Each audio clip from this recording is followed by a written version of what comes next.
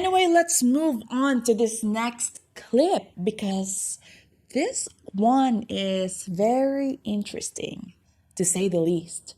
Bakit trans women are women? Ang transgender women ay mga kababaihan with transgender experience.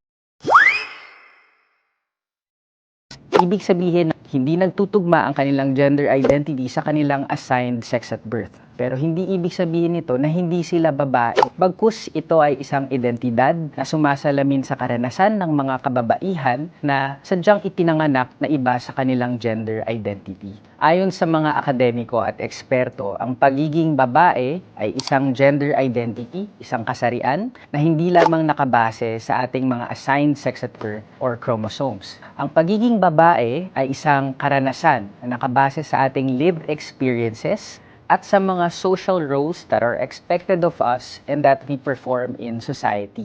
Napakaraming karanasan at identidad ng pagiging babae. May mga batang babae, matandang babae, women with disabilities, women of color, working women, students, Christian women, Muslim women, at napakarami pang iba. Hindi kabawasan ang pagiging transgender woman sa usapin ng karapatan ng mga kababaihan. Pagkus ito ay pagpapalakas at pagpapakita na may sari-saring identidad at karanasan ang mga kababaihan sa lipunan. Ako si Vince Liban, National Convener ng Pride PH at isang LGBTQIA+ advocate. At ito ang Trans women are women. Yan talaga ang gusto nilang ipaglaban. Now, let me be completely clear about this, okay? I respect the LGBTQ plus community, full stop. I love my transgender friends. They respect my beliefs and I respect theirs. So, we are on perfectly good terms, okay? May mutual respect pagdating sa totoong buhay. But I absolutely 100% disagree with this statement. Sorry, guys. But we need to talk about reality, okay? Transgender women are not women. Period.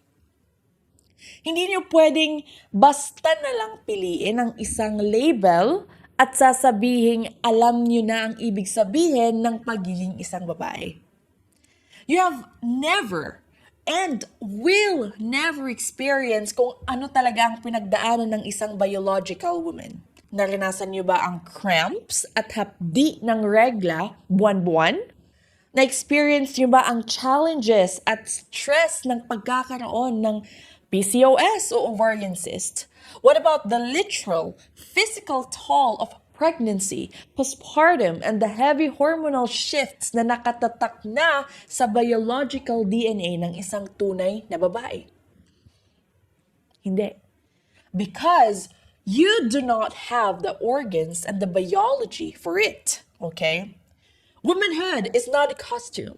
Hindi yan isang pakiramdam lang na kapag nagising ka ngayon at feeling mo babae ka, automatic babae ka na.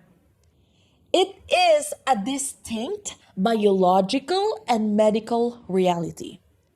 To claim na pareho lang kayo sa mga biological women completely invalidates at minamaliit ang mga totoong sakripisyo at struggles na pinagdadaanan ng mga babae since birth.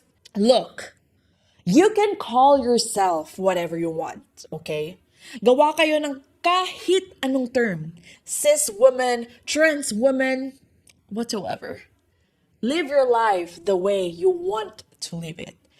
Pero, ang hindi nyo pwedeng gawin ay ipilit ang mga paniniwala nyo sa mga biological men and women at baguhin ang basic science para lang maging comfortable kayo. Okay? Truth doesn't care about your feelings. And biology is never a social